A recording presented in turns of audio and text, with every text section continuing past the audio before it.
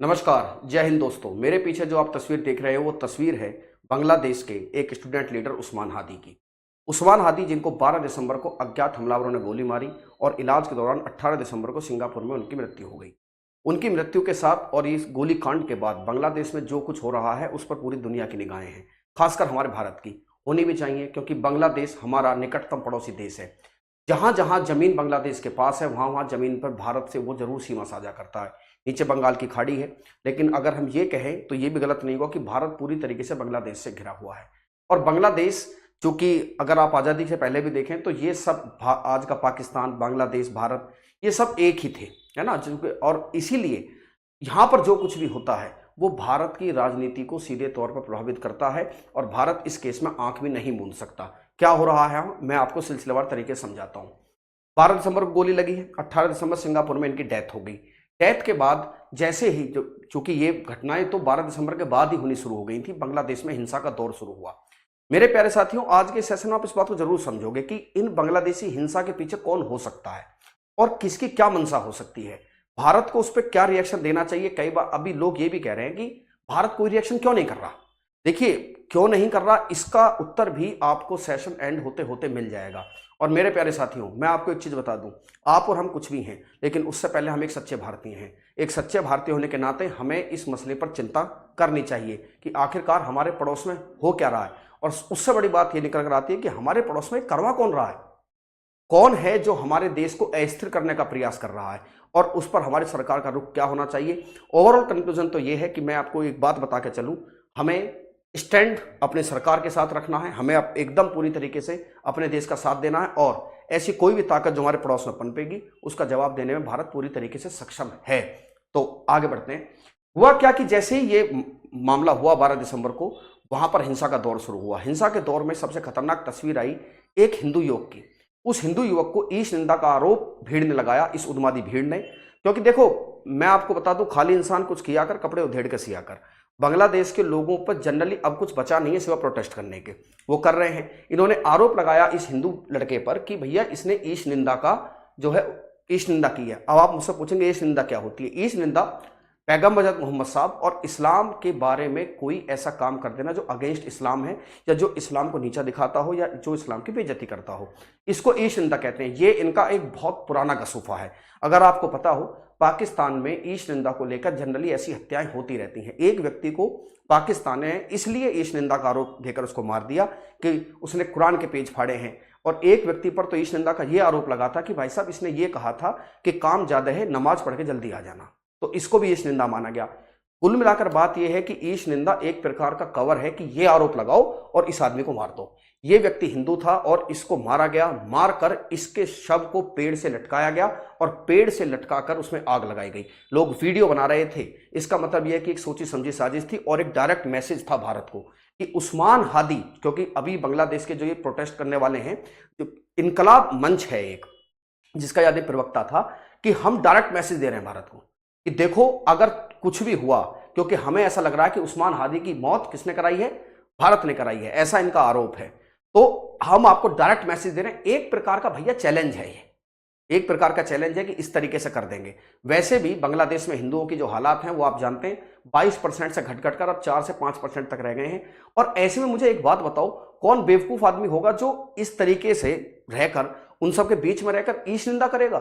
जिस देश में ऐसे पॉलिटिकल हालात हों कि भैया कभी भी हमारे ऊपर भीड़ हमला कर सकती है तो हम ईश निंदा करेंगे, तो ये सिर्फ एक गसूफा है, एक कवर है कि भाई ये आरोप लगाओ और इसको फूंक दो। और ऐसी घटनाएं अभी और भी होंगी, देखना आप। अब देखिए मामला क्या दूसरा, चलो ये तो ये हो गया।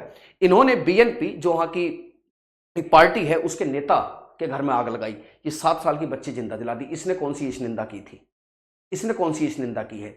और अब आप देख सकते हो जो भी मीडिया हाउसेज हैं, मीडिया हाउसेज के बाहर खड़े होकर मीडिया हाउसेज के बाहर से कुंडी लगाई, उसमें आग लगाई ताकि कोई भी मीडिया कर्मी बाहर ना जा पाए। आप देख सकते हैं आर्मी की फोटो, वहां पर आर्मी सीधा जो है इंटरफेयर कर रही है। पुलिस का तो कुछ ये आंदोलनकारी समझ ही नहीं रहे हैं।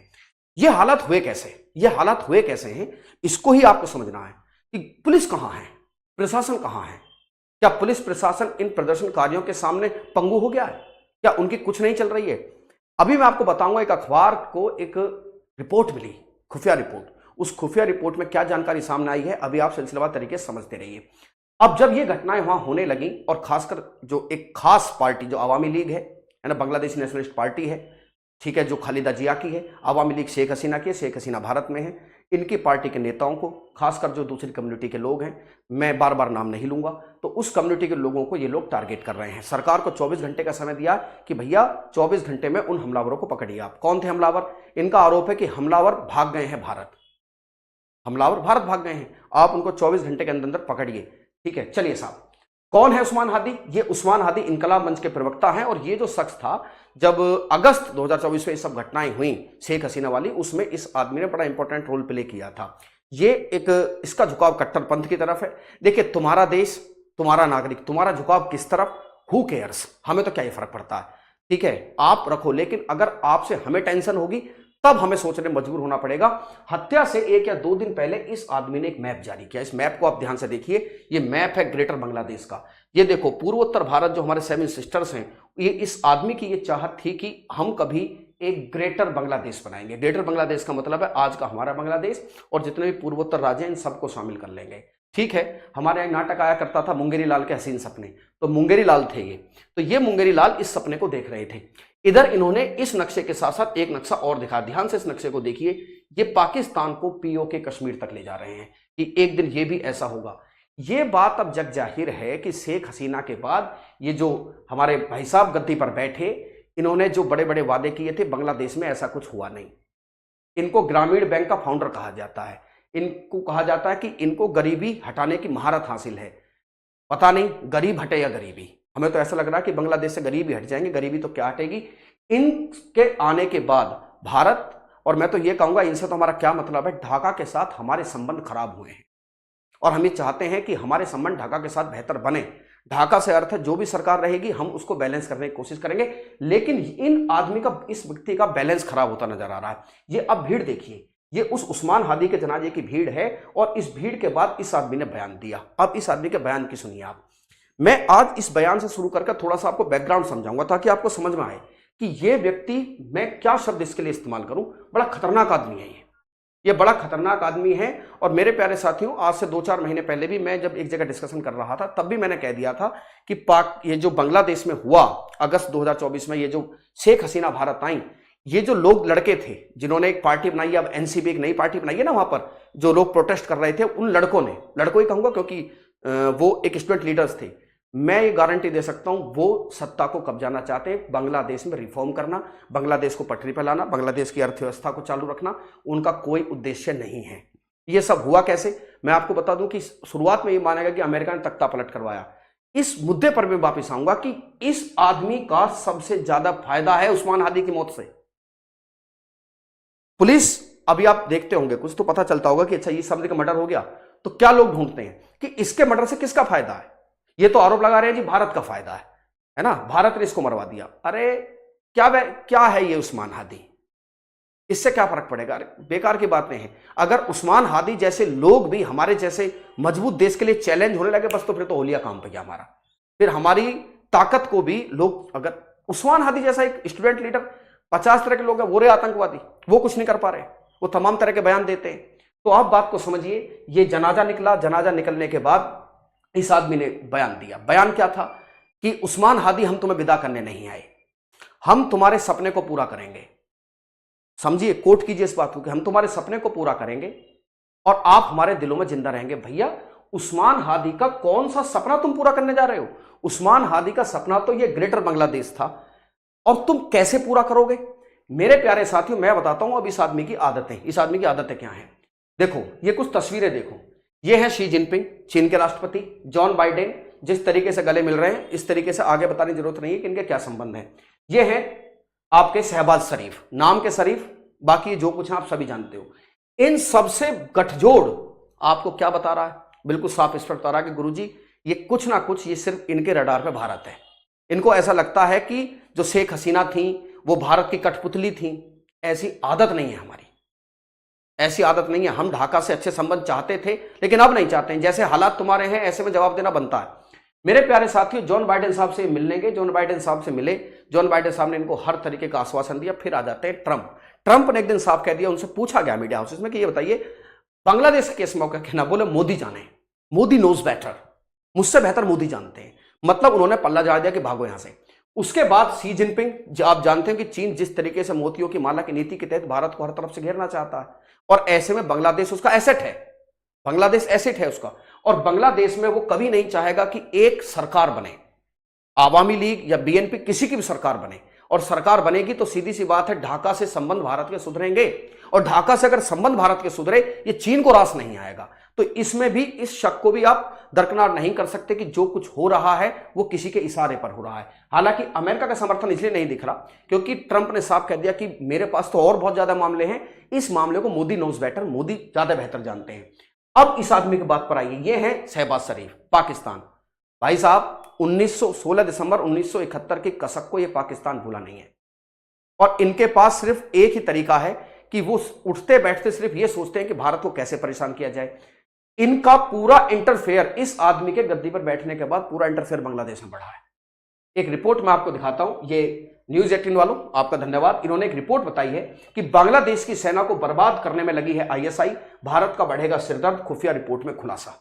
आईएसआई जो पाकिस्तान की एक इंटेलिजेंस एजेंसी है, उसका पूरा इंटरफेयर इस समय बांग्लादेश में चल रहा है। यह बताने की आवश्यकता नहीं है कि कुछ जो आईएसआई है वो भारत के लिए कुछ अच्छा सोचेगी, कभी नहीं सोचेगी। पूरी तरीके से हालातों को अस्थिर करने का प्रयास है, पूरी तरीके से, और इन सब के निशाने पर भारत है। और भारत को चोट देने की इतनी तो इनकी हिम्मत है नहीं कि भारत की बाउंड्रीज में इन्फिल्ट्रेट करके ये हमसे कुछ कह पाए, इतनी तो हिम्मत है नहीं। क्या कर रहे हैं? हर वो काम कर रहे हैं जो काम भारत को दिक्कत देता हो, जैसे इस व्यक्ति, एक हिंदू व्यक्ति की हत्या। और इनका यह कह रहे हैं कि उस्मान हादी भारत ने मरवाया। अरे भैया, जिस दिन से तख्ता पलट हुआ 1400 लोगों के मर्डर हुए हैं तुम्हारे यहां, कम से कम 1400 लोग। कमाल की बात है। अरे तुम लोग खुद लड़ रहे हो। अच्छा एक चीज और सुनो, ये मतलब कैसे लोग हैं, भारत के खिलाफ पूरा राग अलाप रखा है, 24 घंटे का समय दे रहे हैं, ग्रेटर बांग्लादेश बना देंगे, ये कर देंगे। शेख हसीना को, जो आवामी लीग की नेता हैं, वो उनको मौत का मसीहा है, वो उनको मृत्यु दंड दे देंगे, भारत को उन्हें वापस दे देना चाहिए, तुम्हारा चिकन नेक को तोड़ देंगे। अरे भाई साहब, भारत के खिलाफ सेंटीमेंट थे तो इनकी बुद्धि का अंदाजा आप इस बात से लगाओ, तुम अपने देश को क्यों फूंक रहे हो? तुम समझ गए? नहीं समझे? मैं समझाता हूं भैया। बात क्या है, अब इसके पीछे का तुम असली लॉजिक समझो कि ये बांग्लादेश में चल क्यों रहा है ना। इनको भी पता है कि कुछ नहीं कर पाएंगे, है ना। इनका जो ये जो नया ये शख्स जो है, ये आदमी अपना नया आंका ढूंढ रहा है। इन दो इस आंका की तो बिसात क्या है, ये आंका आईएमएफ से किस लिए पैसा मांग रहा है मैं यहां बताऊंगा तो मेरे सेशन की भी तौहीन हो जाएगी, ठीक है। ये तो भिखारी आदमी है। दूसरा, ये सब जा चुके हैं, अब नया बचा आंका, ये इस आंका को खुश करना है, क्योंकि यही वो आंका है जो इस आदमी को यहां बचा सकता है। जब तख्ता पलट हुआ, इस आदमी को चीफ एडवाइजर बनाया। क्या कोई ये गसूफेबाजी है? चीफ एडवाइजर कुछ नहीं है, इस आदमी को अब सत्ता का मोह है, ये वहां पर बने रहना चाहता है। ये बात थी कि हम बांग्लादेश में इलेक्शन कराएंगे। इलेक्शन कब होने थे? 29 दिसंबर तक नामांकन है, 30 दिसंबर को जांच होगी, और नामांकन 20 जनवरी, प्रचार 10 फरवरी तक। मतलब फरवरी के महीने में बांग्लादेश में इलेक्शन होने हैं। और बांग्लादेश का मैं आपको एक चीज बता दूं, अंदर खान रुझान ये है कि आवामी लीग को इन्होंने, जो शेख हसीना की पार्टी है, उसको कह दिया कि तुम तो बेकार पार्टी हो, उसका तो रजिस्ट्रेशन ही कैंसिल हो चुका है। आप पार्टी का रजिस्ट्रेशन कैंसिल कर सकते हो, लेकिन कोई आदमी अगर निर्दलीय लड़ना चाहे तो उसे तो नहीं रोक सकते। तो बात यह थी कि आवामी लीग अपने कैंडिडेट्स को निर्दलीय उतारेगी। उधर बांग्लादेश नेशनलिस्ट पार्टी भी है, खालिदा जिया की। खालिदा जिया के बारे में कहा जा रहा है कि बहुत बीमार है, इलेक्शन लड़ने की स्थिति में नहीं है, लेकिन फिर भी वो भी एक वर्चस्व रखने वाली पार्टी है। ऐसे में कहीं ये ना हो कि या तो स्पष्ट बहुमत ना मिले किसी पार्टी को, या इनमें से कोई सी एक पार्टी आगे आ गई। तो ये जो भाई साहब हैं जिनका नाम हीरो हीरा लाल है, ये हीरो हीरा लाल की राजनीति खत्म। ऐसे में बांग्लादेश को ऐसे हालात पैदा कर दो कि लोग ये कहें कि नहीं, बांग्लादेश में चुनाव के हालात ही नहीं है, बांग्लादेश में इलेक्शन हो नहीं सकते। और चूंकि बांग्लादेश में इलेक्शन हो नहीं सकते, उसी सब की देन है इस तरह की कहानियां। ये देखना, ये आदमी कुछ दिन पीछे कह देगा कि बांग्लादेश में हालात नहीं है इलेक्शन होने के, और जब हालात नहीं है तो ये भाई साहब हमेशा के लिए सत्ता पर बैठे रहेंगे, है ना, यही सत्ता पर रहेंगे। और पता नहीं कब हालात नॉर्मल होंगे, हो सकता ना भी हो सकता ये होने भी ना दें। तो अगर मैं ये कहूं कि भाई साहब जो उस्मान हादी है आप ही के किसी पॉलिटिकल एजेंडे का शिकार हो गया है, तो ये कहना कोई अतिशयोक्ति नहीं है, ना इसमें कोई बुराई। लेकिन सवाल ये है कि हमें अब भारत इस पर क्या करे। मेरे प्यारे साथियों, ये आदमी, मतलब मैं क्या बोलूं इसको, बांग्लादेश को अगर देखा जाए, बांग्लादेश को बनाने वाले हम, इस आदमी ने हर उस चीज को मिटाने की कोशिश की जो बांग्लादेश की पहचान थी। हर उस चीज को मिटाने की कोशिश की जहां से कोई किसी प्रकार का श्रेय भारत को जाता था।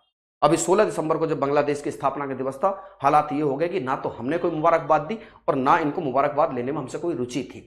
हुआ ये कि अगर इलेक्शन, मैंने बताया कि अगर इलेक्शन हो जाते हैं तो इसी आदमी का सबसे ज्यादा नुकसान है। और ये जितना सीधा दिख रहा है कि मैं महंगाई हटाऊंगा, हटी महंगाई? नहीं हटी। भ्रष्टाचार खत्म करूंगा, खत्म हुआ? नहीं। उल्टा तुमने बांग्लादेश को मतलब इतना पीछे धकेल दिया। बांग्लादेश की इकोनॉमी, बात है ग्रोइंग इकोनॉमी, बांग्लादेश की इकोनॉमी ग्रोइंग इकोनॉमी थी। आज क्या हालात हैं? आज बांग्लादेश की इकोनॉमी को तुमने तहस नहस कर दिया। सिर्फ इस आदमी की देन है। और ये आदमी, हम संबंध इससे नहीं रखना चाहेंगे, ढाका से हम संबंध चाहते हैं कि ढाका से हमारे संबंध रहें। इसीलिए शायद हम जो इलेक्शन है, हम इलेक्शंस के बारे में बहुत ज्यादा सोचे थे कि इलेक्शन होंगे, सब कुछ अच्छा होगा। यही वो शख्स है कि जब इसने ये कहा था, आपको जानकारी हो कि जो ऑपरेशन सिंदूर चला, इस आदमी ने ये भी कहा था और इसके स्पोक्समैन ने कि अगर भारत पाकिस्तान पे हमला करता है तो बांग्लादेश विल डैश डैश, मतलब हम भारत पे हमला कर देंगे। भैया, वो लोग जो तुम्हारे कत्लेआम के लिए जिम्मेदार थे, बकरी कुछ इस तरह से नाराज हुई कि नाराजगी जताने के लिए कसाई से गले जा लगी। तो तुम तो इस तरीके से नाराज हो रहे हो कि कसाईयों से जाके गले लग रहे हो। और ये मैंने आपको बताया एक रिपोर्ट की पूरी तरीके से आईएसआई का इंटरफेयर है, भारत को अस्थिर करने का पूरा प्रयास है। ये लोग हर वो हरकत करेंगे जिससे भारत को टीस हो। अब भारत का इस पर क्या स्टैंड है मेरे प्यारे साथियों? देखिए, हम तो उसी तरीके से चलने वाले देश हैं जिस तरीके से देश चलते हैं। हमने अपनी वीजा सेवाएं स्थगित कर दी हैं। इनके जो एम्बेसडर हैं उन्हें तलब किया है कि भाई यहाँ ये वहाँ क्या चल रहा है। और देखो, मैं ये बताता हूँ कि इंडियन गवर्नमेंट कुछ ना कुछ तो करेगी, और मुझे नहीं पता है और मुझे पता होने की जरूरत भी नहीं है, क्योंकि अंदर खाने देश की रक्षा के लिए जो एजेंसीज करती हैं वो अपने स्तर पर करें। हम भी उस बात का समर्थन करते हैं। मुझे नहीं पता है और मैं पता भी नहीं करना चाहता।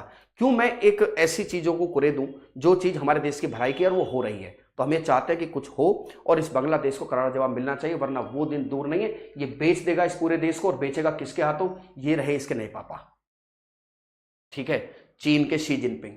ये आदमी भारत से संबंध सुधारने की वकालत तो करता है, लेकिन आप समझ जाइए इस आदमी के दिल में वही है जो भारत के खिलाफ होना चाहिए। इसने किसको अस्थिर करने का प्रयास नहीं। नेपाल में जो जैनजी मूवमेंट हुआ, तुम्हें लगता है कि वो बेचारे वो युवा थे, SLR AK-47 लेकर घूम रहे थे? वो युवा थे? एक युवा, भाई सीधी सी बात है, जो आदमी मोबाइल से बाहर नहीं निकलता है ना, जैनजी जो मोबाइल से, वो इतने बड़े बड़े वेपन्स लेकर घूमेंगे?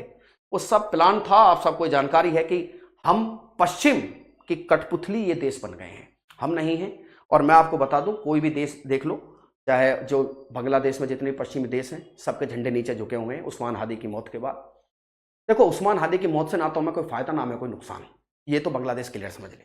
हमें कोई फायदा नहीं है। और उसको लगता हो कि ये टारगेट किलिंग, जो ये अक्सर नाम दे रहे हैं कि ये टारगेट किलिंग जो है भारत ने कराई है, तो भैया बेकार की बातें हैं। तुम्हारे देश के हालात हैं, तुम खुद सुधारो।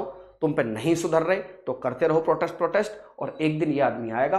और आएगा क्या, ये आदमी आ चुका है, तुम्हें पूरी तरीके से तबाह कर देगा। और मैंने क्या बताया कि कुछ इस तरीके से बकरी नाराज हुई, मरहम के चक्कर में कसाई के पास चली गई, और ये इस तरीके से नाराज हुए हैं कि ये कसाई के पास चले जाएंगे, हम पे कोई फर्क नहीं पड़ता। दूसरी बात, जहां से हमें हमारी देश की संप्रभुता का सवाल है या हमारे देश पे नेशनल थ्रेट का प्रश्न, हम उसको सही तरीके से डील करने में सक्षम है, और ये हो रहा होगा, आप सभी जानते हैं। अब समस्या ये है कि क्या होगा, क्या माइग्रेशन होगा? हमने अपनी गश्ती बढ़ा दी है पूरी तरीके से कि भैया हम सब कुछ हमारी स्थिति में है, हम चेक करें कहीं ऐसा ना हो कि हमारी सीमा पे किसी प्रकार का तनाव यहां पर हो। हाँ, मैं एक बात पक्की कह सकता हूं, ये तुम समझ लेना कि ये आदमी नहीं चाहता कि बांग्लादेश में किसी प्रकार के इलेक्शन हो, और वो भी कोई अचंभित करने वाली बात नहीं होगी जब ये पता चले कि इसने ही उस्मान हादी को टाटा बाय बाय बुलवा दी, ताकि देश में इस तरह का माहौल हो जाए कि मैं ये कह दूं कि चुनाव हो ही नहीं सकते। क्योंकि जब तक ये है, यही चीन का पिट्ठू है, यही पश्चिमी देशों का पिट्ठू है। उस व्यक्ति की मृत्यु पर जिस तरीके से उन्होंने उसको मार के पेड़ पे टांगा, आग लगाई, लोगों ने वीडियो बनाई, पश्चिम के जो देश हैं कुछ नहीं बोलेंगे इस मामले पे, क्योंकि वो केवल अपना हित देखते हैं। और अमेरिका को तो वैसे भी कोई लेना देना नहीं है। उसकी तरफ से उसका हथियार बिकते रहे, उसका मतलब साबित सही सिद्ध होते रहे, उस पर कोई फर्क नहीं पड़ता। तो मेरे प्यारे देशियों साथियों, फर्क पड़ता है हम पर, और हम इस हालात पर पूरी तरीके से नजर बनाए हुए हैं। मैंने आपको बता दिया, देखना कि यही होगा कि ये आदमी मना कर देगा, इलेक्शन होने के हालात नहीं है। और जिस तरीके से वहाँ पर हिंदुओं पर अत्याचार हो रहे हैं, हम तो ये कहेंगे भगवान तुम्हें सद्बुद्धि दे, और ढाका से हमारे संबंध अच्छे बने रहें, वरना जब अति हो जाएगी तो फिर उसका तो कुछ ना कुछ हमें सोचना ही